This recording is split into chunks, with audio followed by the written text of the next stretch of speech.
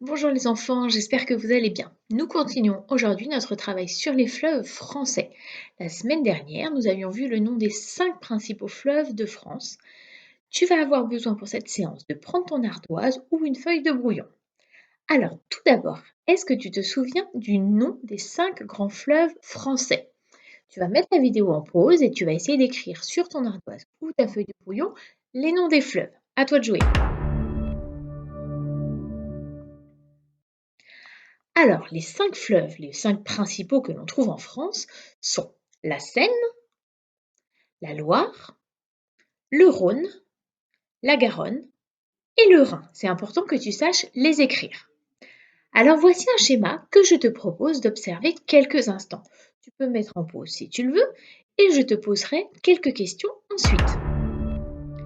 Alors, sur ce schéma, on peut voir 2 fleuves. Est-ce que tu arrives à bien les distinguer? Alors, où se jettent ces 2 fleuves? Réfléchis, on avait vu le vocabulaire la semaine dernière. Ces 2 fleuves se jettent dans la mer. Souviens-toi, la fiche de vocabulaire que l'on avait travaillé ensemble, nous avions découvert d'ailleurs 2 mots, le mot delta et le mot embouchure. Alors tu vas avoir besoin de te souvenir de ces 2 définitions pour me dire ici de quoi il s'agit. Est-ce un delta ou est-ce une embouchure? Il faut que tu saches la différence entre les deux.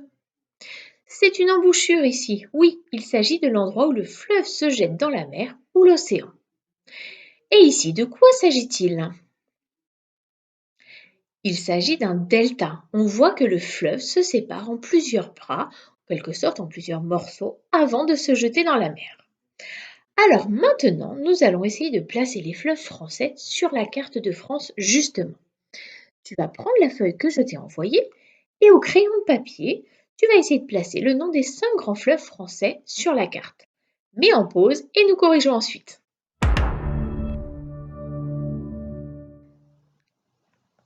Voici la correction. J'espère que tu as réussi à placer le maximum de fleuves au bon endroit. C'est important. Maintenant, je vais te laisser faire la fiche d'exercice que je t'ai envoyée. Dans le premier exercice, tu vas devoir écrire le nom des mers et des océans qui bordent la France. Rappelle-toi, nous l'avions vu en début d'année. Tu dois t'en souvenir. C'est important. Puis, avec le code couleur, tu vas repasser sur les fleuves et leurs affluents. Un affluent, je te le rappelle, c'est un cours d'eau qui se jette dans un autre fleuve ou dans une autre rivière pour le faire grossir. Alors mets en pause et fais ce travail. Applique-toi pour le coloriage.